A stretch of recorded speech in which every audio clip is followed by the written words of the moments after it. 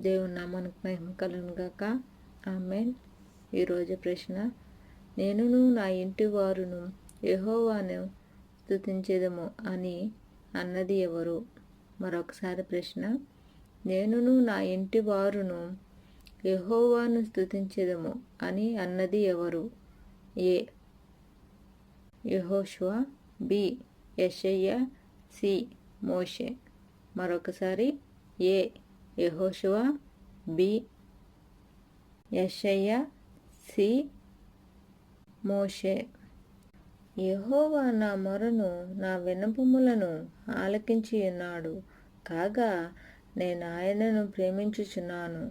ఆయన నాకు చెవియొగ్గెను కావున నా జీవితకాలమంతయు నేను ఆయనను మొరపెట్టుదును. మరణ బంధములు నన్ను చుట్టుకొని ఉండెను. పరిశుద్ధ వాక్యం